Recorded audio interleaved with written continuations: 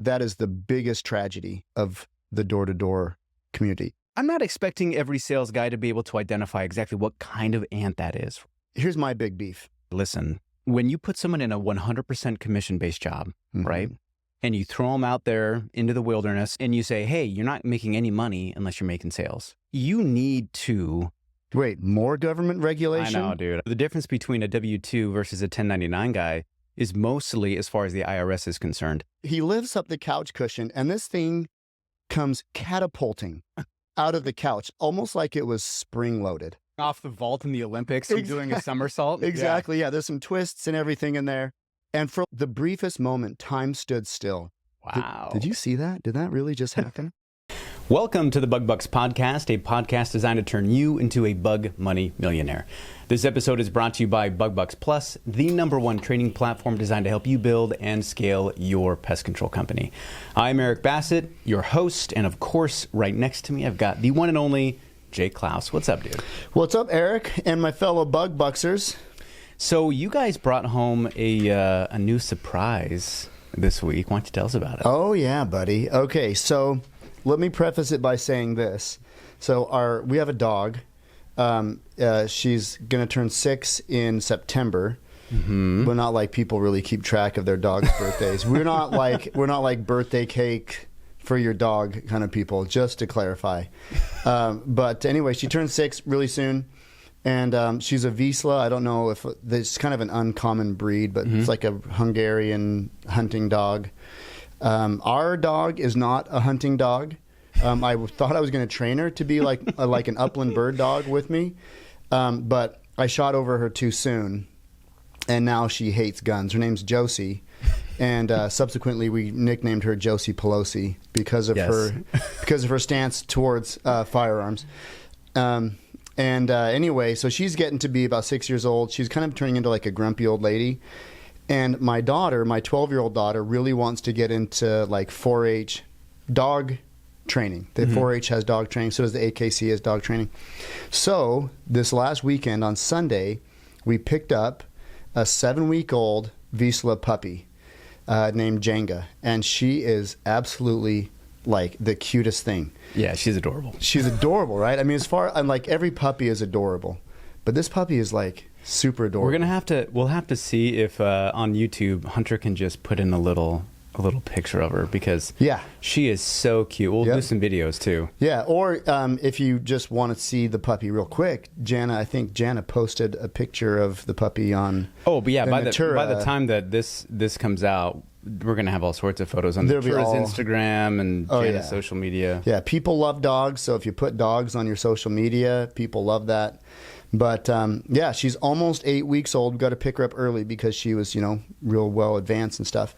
And she already knows how to use the dog door. When she has to go to the bathroom, she'll let one of us know, and then she'll go through the dog door and go to the, she's awesome. Just a super awesome puppy. Yes. Yeah she's not obnoxious yet. The only thing she does is she steals cords. Yes, she likes to chew on cables. Yeah, and I maybe we should show her the clip from National Lampoon's Christmas Vacation. We should. Yeah, where the cat gets fried. Maybe that'll teach Jenga to not chew on. Yeah, as it climbs under the Christmas tree. Yep. Love that, dude. Yep, exactly. Classic. Sweet, dude. Well, yeah, it's going to be an awesome episode today. Yeah. We're going to dive into a few different things that we feel like could make a really big impact on your guys' business. Pertinent. As usual. Yep. Before we dive into that, just want to remind everybody listening, the best way to receive new episodes is by subscribing to our show on your preferred podcast platform like Apple, YouTube, Audible, or Spotify. If you love the show, please leave us a rating and a review. Make sure to check out our Facebook group, Bug Bucks Plus Owners Only. That is BUGBUX Plus. We've got over 4,400 other pest control owners in that group waiting to connect with you and share their thoughts. We also have a new Facebook group for non-owner team members to help develop them in their roles called Bug Bucks Plus for Pest Pros. Joining the groups is also the best way for you to share your feedback on our show and have your questions highlighted and discussed here on the podcast. So make sure you find us on Facebook and join the groups. All right, dude. Okay, wait a second. Hold on. So we're actually at 4,500. Are we at 4,500? Okay. Yeah, I think it's 45. I don't want to steal the milestone from from the group. So if we're at 4,500, that's amazing. That's a big milestone. Yeah. And we're really pumped about this, the new non-owners group. You know, we did a poll on the Bug Bucks Facebook group, and it seems like a lot of people are really interested in that idea. The owners group is exclusively for owners for good reason, right? We want to be able to discuss things as owners that maybe shouldn't be privy to our employees. But on the other hand, we're seeing that it is a very positive and an engaging community based around the concept of mutual respect and wanting to grow the industry.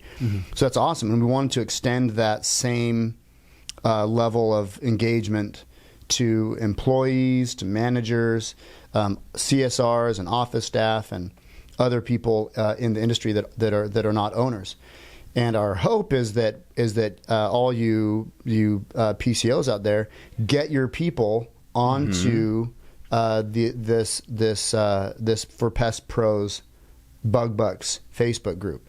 Yes. Hopefully we'll see lots of good engagement. And just like the Bug Bucks group, this other Bug Bucks for Pest Pros, it's going to be a positive, non-argumentative platform where people can be honest and have honest questions and not feel like they're going to get chided or retributed or whatever. People, you can ask, just like on Bug Bucks, you can ask the dumbest, most basic question, and no one's going to say, well, you're an idiot for not knowing. That's not this group, right? That's not this. That's not the culture of Bug Bucks. So we're pumped about this. It's going to be pretty cool. It's going to be awesome, dude. I'm looking forward to it. I feel like Bug Bucks as an organization, obviously we have the podcast, which we're talking on right now. We have the education platform. We have networking events that we're trying to get squared away.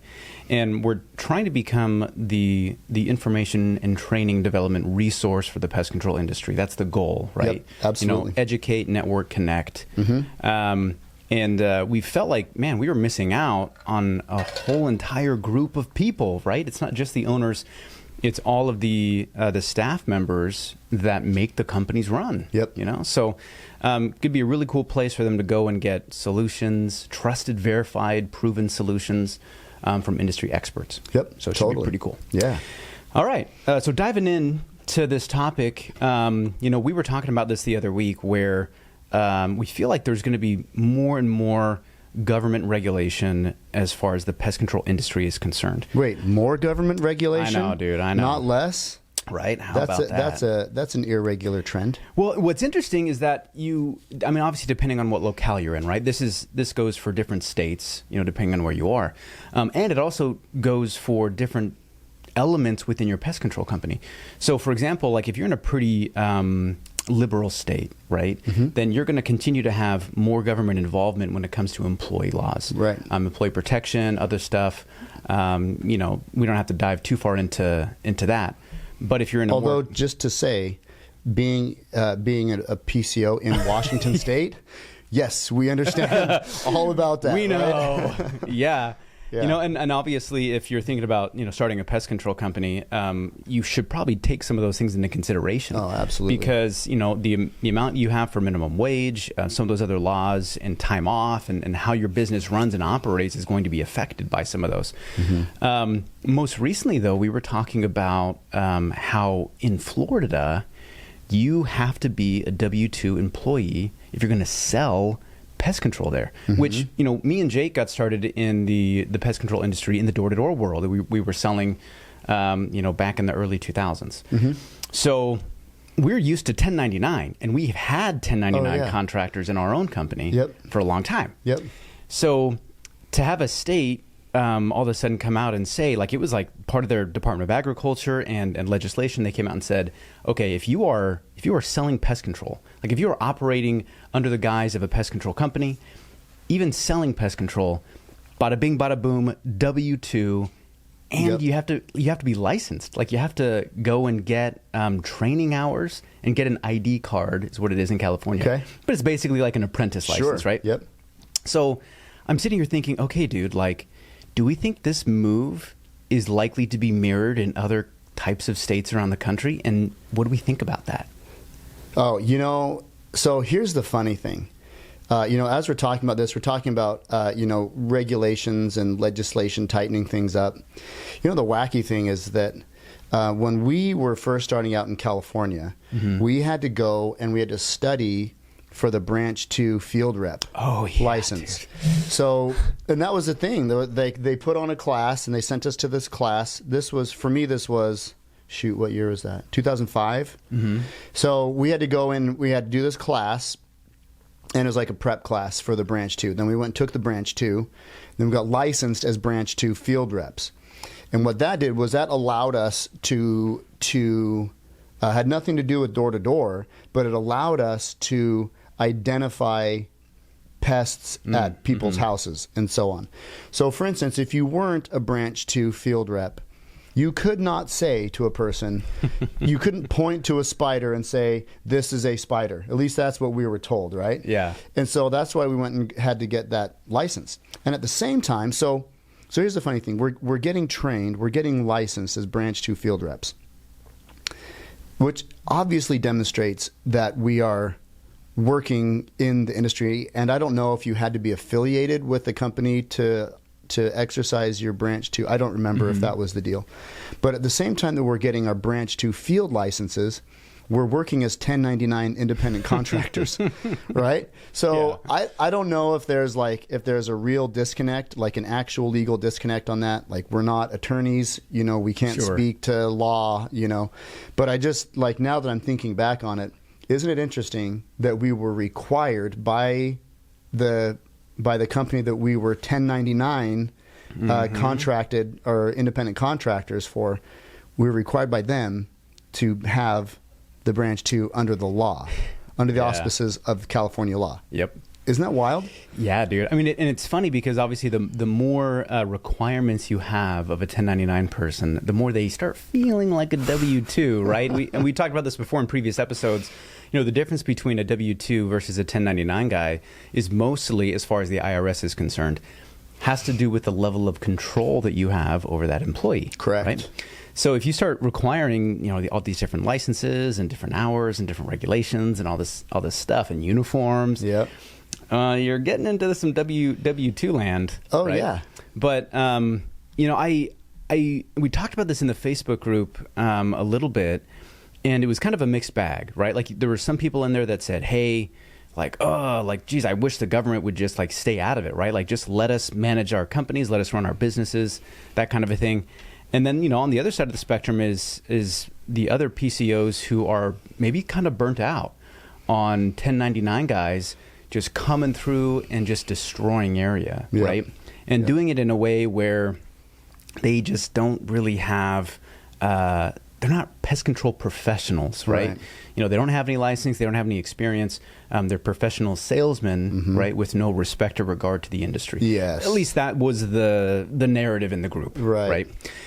And so now and also anecdotal, yes, that's the experience in the group, but anecdotally, that is kind of the experience of anybody who owns a pest control company and has customers out there who have been approached by door guys from other companies. Right? Well, and it doesn't help that there's a history of door-to-door guys saying some of the dumbest things you've ever heard, right? And you're like, oh my gosh, my guy, please, if you are going to talk to my customer and you're going to switch him over, if you do it using the right information, I can't argue with that, right? Yep. That's fine.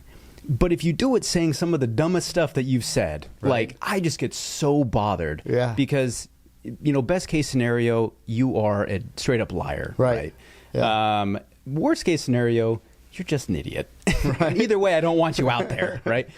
So I kind of in a way, I kind of support Florida having some extra regulation in there, having a little bit of an additional barrier to entry. Because in my mind, if I operated in Florida, I actually don't think I would mind having those door-to-door guys have to get a little bit of experience. Totally. Now, from a business side of things, the real main benefit of having a 1099 contractor is taxes. 100% taxes, right? They're an independent contractor, which means that you don't pay any employment tax for them. They pay all their taxes just like a separate business entity would working for you. Yep. And so that's really the only benefit, because the downsides of using 1099 guys, like we were saying before, is all control based, right? I mean, I remember when we kind of went through that same struggle where you work so hard to put together this door team, right? You do all the recruiting, all the training, you get all the uniforms, you write a freaking training manual. The training manual we had, which is written by Jake, was epic, right? Put so much time and effort into doing this. And then, you get apartments, you bring them in, you furnish the apartments, you do all this work. And then they kind of like, there's no way to say it, they kind of just dick around sometimes, right? Like they sometimes they don't go out and knock, they kind of do their own thing or whatever. And as an employer, like when you run a business, you're thinking, I really want to force you to go out and work, right? I put so much into this. Then the law tells you, whoa. You can't tell them when, like you can tell them when they like have to, like can't knock past or before, but like you can't tell them where to knock, you can't tell them when, like your level of control is limited. And so it's like, when you look at like a 1099 situation, I feel like there are a lot of control measures that are cons, right? You don't get as much control as you want to. But yeah, the pro is that you do save a lot of money on taxes. Right? Yeah. And I think that maybe for our listeners out there, you may be getting the impression that Eric and I are like anti-door knockers. And the truth of the matter is that we absolutely are not anti-door knockers. We both sold pest control door to door for years before we started the company. I think I did door to door for 9 years or something like that before starting Natura. Eric did door to door for a number of years, and so we are not anti door to door. But what we are pro is doing things the right way and doing them honestly, right? Yes. So like I get conflicted because, there's this part of me that's like I still have echoes of the punk rock era inside of me from my younger years, right? Like sticking it to the man, like kind of like this cowboy, screw you, man, I'm going to do it my way and blah, blah, blah, blah, blah. And so I feel conflicted because there's a part of me that is kind of cowboy in that way. But there's also part of me that recognizes that when things aren't done the right way, or when certain laws are bypassed, or checks and balances are bypassed, then it can really damage people's livelihoods. Yeah. And here's where for me the sticky point is, and this is not so much a legal thing as it is an ethical thing. So when we were running sales teams, when Eric and I were running sales teams for our company, there were a couple of things that we always put at the forefront of our sales teams. And that was number one, honesty and integrity. In all the years that I did door to door, I never had to lie, cheat, or steal, or defame another company to make a sale. If I was doing a switchover, it was based on the merit of my service, not on some pretended deficiency in the service of the person I was trying to switch the customer from. Yep. Right? I never had to say, "Oh, well, your company, they don't." What do we hear? What do we hear from our customers? They don't have a landscaping license. They don't have a landscaping license. Okay, first of all, what the hell is a landscaping license in pest? There's no such thing. I think, and we have to tell the customer, I think what they were trying to say is we don't have an ornamental insecticide and turf license, which we absolutely do. Yeah. And secondly, the people, they'd say, "Oh, Natura, they don't sweep the eaves. They don't spray the lawn. They don't deal with rodents." Or, whatever garbage that their manager told them to say to get whatever garbage, exactly. Or it's whatever the customer, whatever hot point is for the customer, we somehow magically don't do that. Obviously we don't do that, right? And that's just the joke because Natura is licensed to the freaking hilt. Yes. Like probably over licensed, overqualified, right? Eric and I are both aces.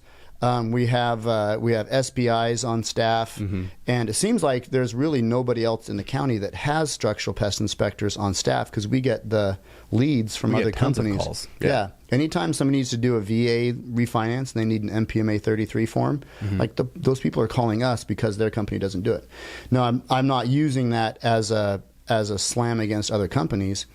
I'm just saying that when it comes to qualifications, we've got all the qualifications, but you've got door guys out there that are saying that we don't. So that's a frustrating thing. So that's the first thing that we hammered into our sales guys. Don't lie. Don't be a dick, right? Like if anything else, when you walk away from that person's house, they should have a positive feeling about Natura Pest Control, not a negative. And then the other thing that we hammered into our sales guys, and now maybe this is coming back to maybe we weren't doing this totally, the right way, but we incorporated a ton of pest training into our sales training meetings. It was like every meeting we would have sales training, but we would also have pest training. And in the back of our sales training manual, there's this whole section.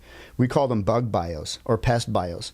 And so there's all this training on literally every single pest that they'll encounter. We had it broken down so that they understand the biology, the nature, the medical significance, yada yada yada, about all the pests. And then we would also train our guys on application methods and service methods.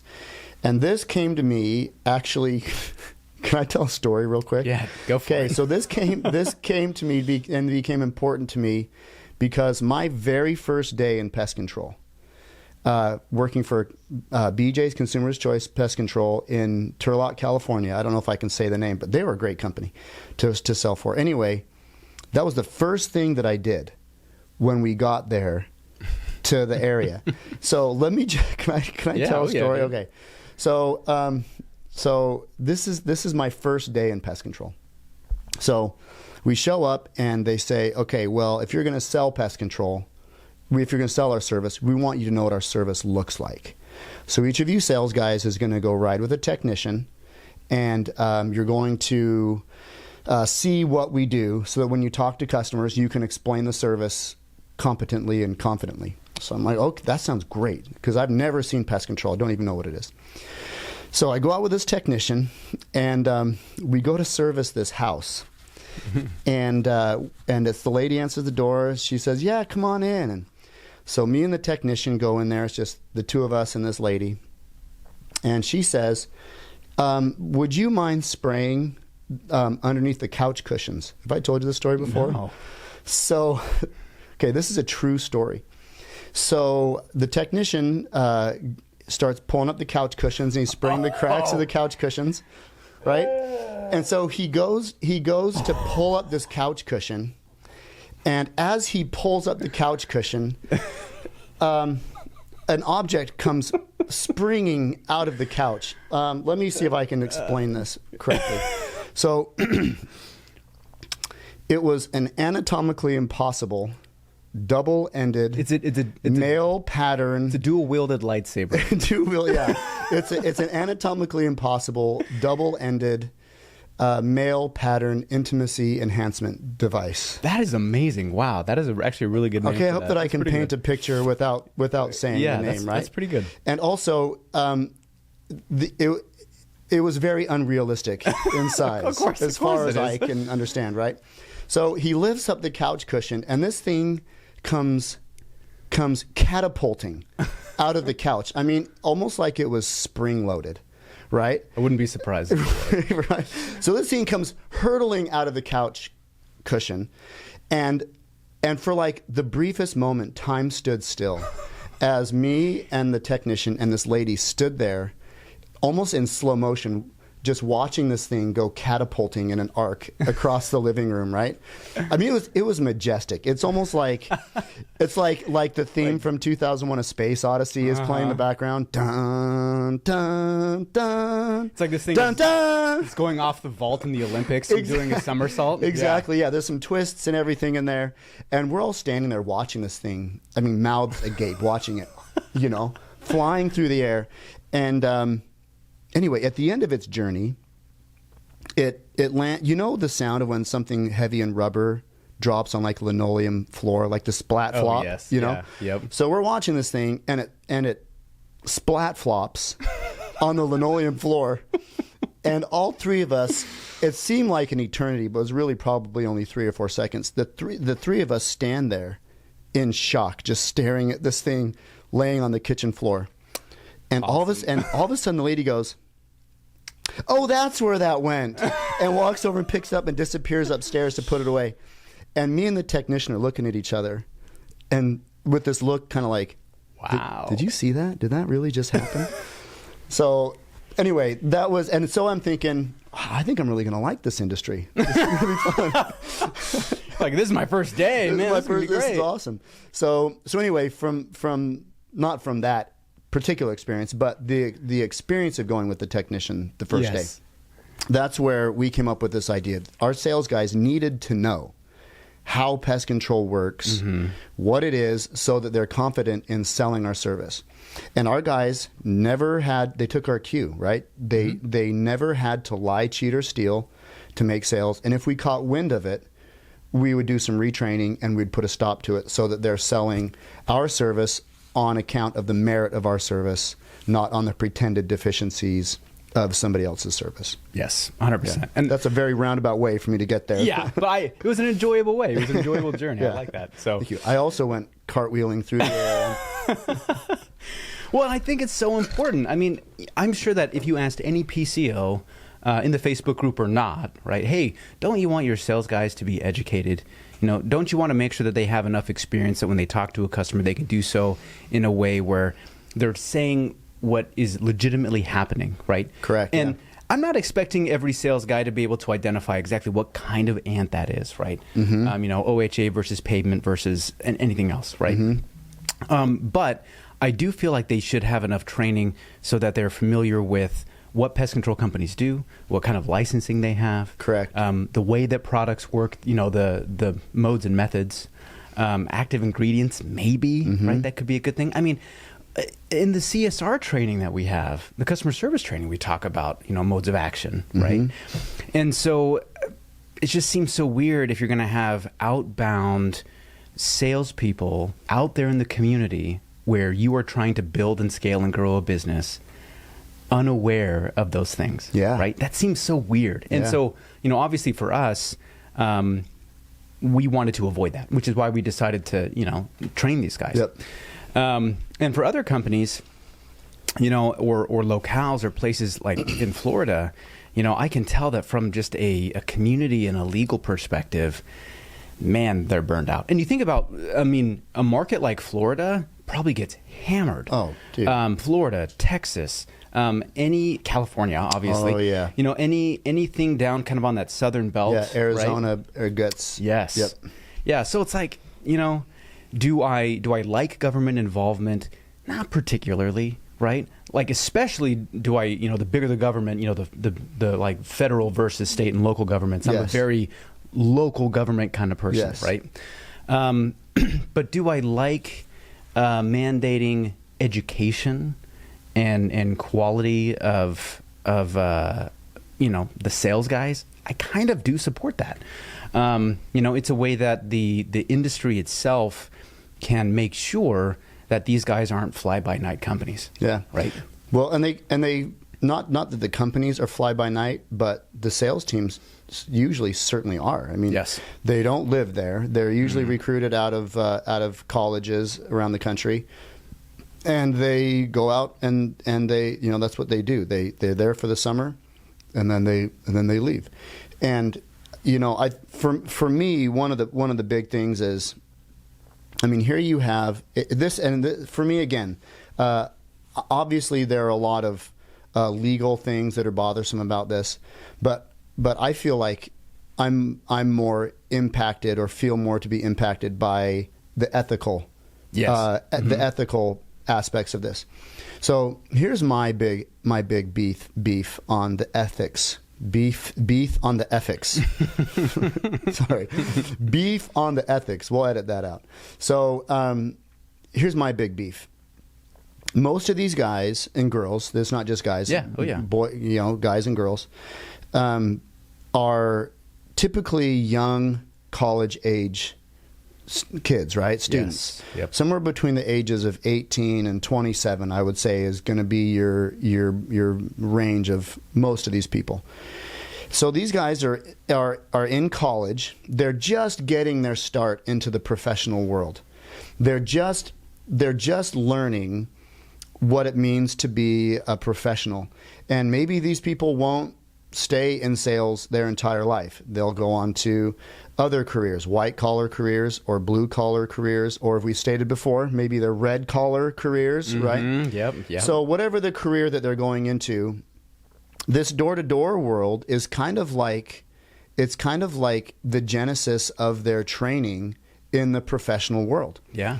And so you have thousands of these young men and women that are being trained to lie, to cheat, to steal, to defame, to take away from somebody else in a dishonest way. Mm-hmm. And they're learning that is okay. Yeah. They're learning that is an acceptable way to get ahead in life. And so from an ethical, moral perspective, I take huge issue with that. Because what these, quote unquote, unethical sales practices are doing is it's pumping out into the workforce a whole generation of workers that are going to believe that it's okay to take advantage of someone mm-hmm. in order to make money. And to me, that is the biggest tragedy of the current state of the door-to-door community. And not every sales team is like this, but from what I have experienced anecdotally, the majority of the big box door companies, these are the tactics that they're using. Well, and what's funny is that there might be a lot of door-to-door managers or door-to-door companies out there listening, and you're thinking, I don't teach my team to do that. I don't teach them to lie, steal, or cheat or whatever. And it's like, my guy, listen, when you put someone in a 100% commission-based job, mm-hmm. right, and you throw them out there into the wilderness, we'll call it that, and you say, hey, you're not making any money unless you're making sales, right? You need to make an effort to make sure they don't, you can't just not teach them to lie, cheat, and steal. You have to make sure that you show them how to sell with integrity and honesty, because sometimes people will fall into that, right? They say something and it works, right? Yep. Customer responds to it and they're like, oh, I don't know if that's necessarily true, but I might as well just go for it. Yeah. And then they tell their buddy, because their buddy's like, dude, how'd you make those sales that day? And you're like, oh, I just said this. And their buddy's like, they don't have a landscaping license. Yeah, did that work? Yeah, man, it worked, right? And so you have to be proactive about teaching your team the right way to do it, right? It's not just not teaching them how to be idiots. Anybody can do that. Yeah. Right? You have to be proactive about teaching them how to be honest. Yeah. And you've seen it so many times where you take somebody on the very new side of door before they've ever knocked a door, right? And they are a certain kind of person. And then you put them through a whole summer of door-to-door sales, and they come out the other end a different person, mm-hmm. right? They're more confident. Mm-hmm. They're more capable. They are better conversationalists. Yep. They understand the connection between value and purchase decisions. Mm-hmm. They are way more prepared for the professional world, kind of like you were saying. Correct, yeah. And the way that they get there matters, right? So if the way that they end up getting there and they're developing into this new, completely different person, if that has a foundation of dishonesty, lying, cheating, stealing, stuff like that, then, dude, that's a very pivotal moment in their life. Yep. Trying to retrain them out of that, good luck. And so, we run into people who are, multi-year sales guys, right? And some of these guys have been doing it that way for 3 years. Mm-hmm. Try to convince a guy who's kind of shady, who sold 350 accounts or 400 accounts or whatever the previous year, to ditch those tactics, completely retrain himself, and completely do it differently, And you know what? He's going to sell less. He's going to make less money. Yeah.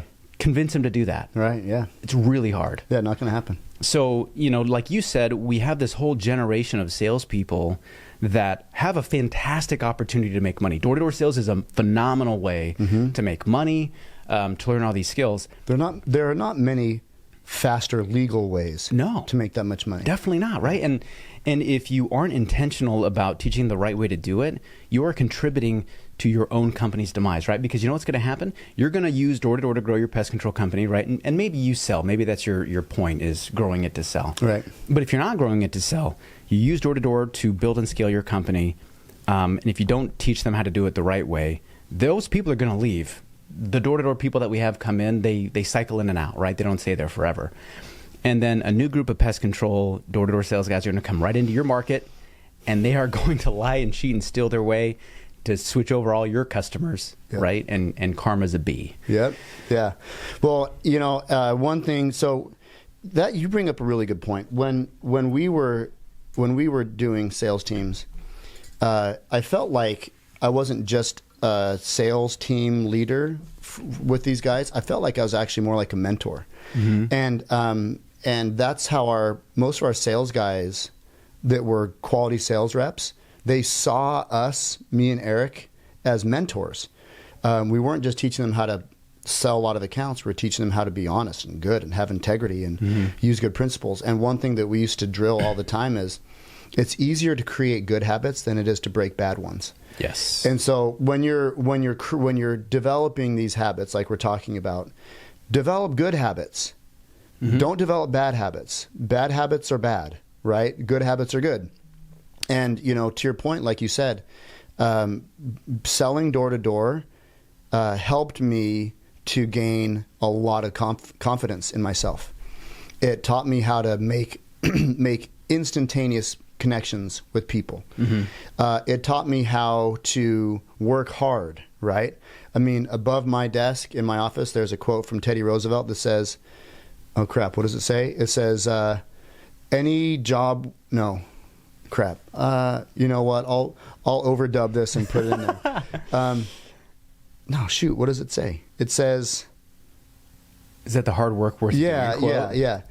Eric will look it up. Oh my gosh, I'm just having a brain fart. I have this quote memorized, and it's sitting on, any work worth doing well is worth doing. Any work worth doing is worth doing well. It's worth doing well. Oh yeah. Okay, that's how it goes. Yeah, any work worth doing is worth doing well. Shoot, we'll just double check that. I'm embarrassed. It's in vinyl letters. Okay. Is it the far and away? Oh yeah, far and away the best prize that life has to offer is a chance to work hard at work worth doing. Oh yeah, okay. Thanks, Eric, for telling me the quote that's on my wall behind my desk. Well, it's behind you, so yeah. That new puppy's keeping us up, and I've got a brain fog. What's funny is that you see my quote on my wall behind me, more than you see your own quote behind you. Yes, that's true. Yeah, I could quote your quote on your behind your wall. But so I mean, going door to door taught me all of those things. Sometimes it's hot. That sucks. One time I sold in Dallas and it was 15 days over 115 degrees. And guess what I did? I went out and sold. And guess what happened? All those really nice ladies that opened their door said, oh, Shug, do you need a bottle of water? Can I make you a PB&J? You go out and you do the hard things and great things happen. But if you try to take the easy route, then good things might happen that are temporary, but all that stuff is going to come back to bite you. Oh, yes. So, I mean, in the corporate world, using tactics like a lot of the door-to-door sales reps are trained to do will not fly. No.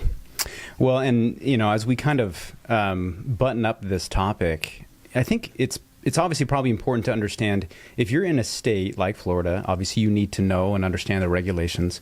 But maybe just as a pest control owner and as a pest control professional, you need to understand the direction and the intention as to why some of these states are doing what they're doing. Right. And if you get ahead of it early, right? You got to get ahead of some of that stuff and you follow the intentions early.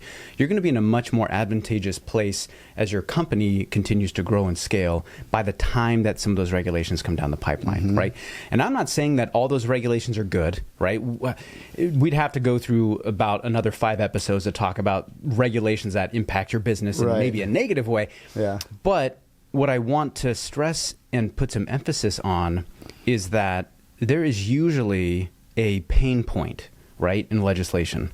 There's a problem that's being caused. And you're either contributing to the problem or you're contributing to the solution, right? And if you understand what that pain point is, you can work with local legislation, right, and help them understand the best way to craft some of those laws so that they're not just destroying pest control companies because that's what they think the vibe is through the whole industry, right? Yeah. So, maybe it's a good segue to say, get involved in your, local legislation, get involved in your local, what am I talking about here? Like, not the NPMA, but the local stuff. Oh, yeah. The state associations. Yeah, state associations, yep. Get involved in your state associations.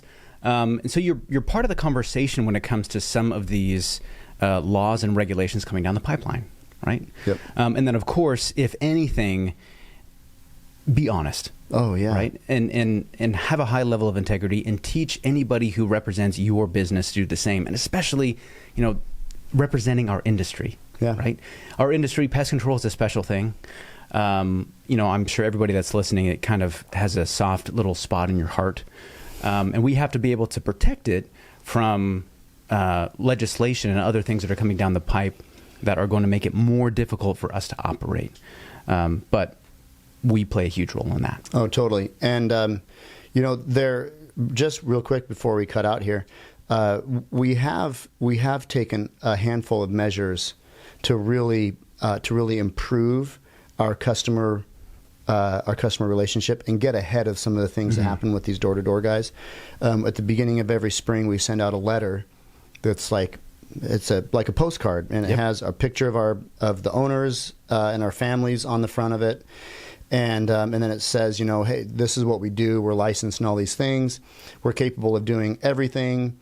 And by the way, if anybody knocks on your door claiming to have information about us, our service, or anything else, please contact us to verify, right? And then, a couple times during the summer, we'll send out a little bit more of an aggressive email saying something like we have been getting an influx of calls from customers claiming that, or telling us that people from other pest control companies have knocked on their doors, telling them that we don't do certain things or we're not licensed in certain areas. Yep. Please understand that these claims are not true, but they're tactics used to try to defame us in order to make sales for the other company. If you have any questions, please call us. And when we bump into sales guys from other companies that are here in our area, every single one of them has told us, dude, your customers are hard to switch. Good. Good. Yes, they are. And that's intentional, right? Yes. Yep. Yeah, go if you can best me, then best me. But don't lie. Yes. Yeah. Awesome, dude. Well, this has been really good.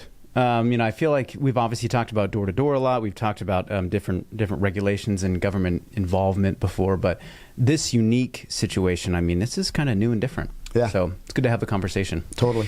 Awesome. Well, hey, for everybody listening and watching, of course, we appreciate you taking the time to listen in. If you have a coworker, a manager, or an owner who could benefit from listening to this episode, the best way to say thank you to us is to share this episode with them. If you haven't joined the Facebook groups yet, go to the groups and join. It's Bug Bucks Plus. Lots of information and great connections there. And if you have a topic you want discussed on the show, drop it in one of those groups.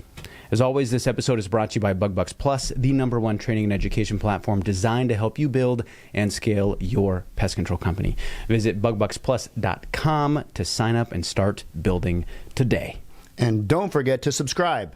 Thanks again for listening in, and until next time, keep building those pest control companies. You're listening to the Bug Bucks Podcast, hosted by Eric Bassett and Jake Claus.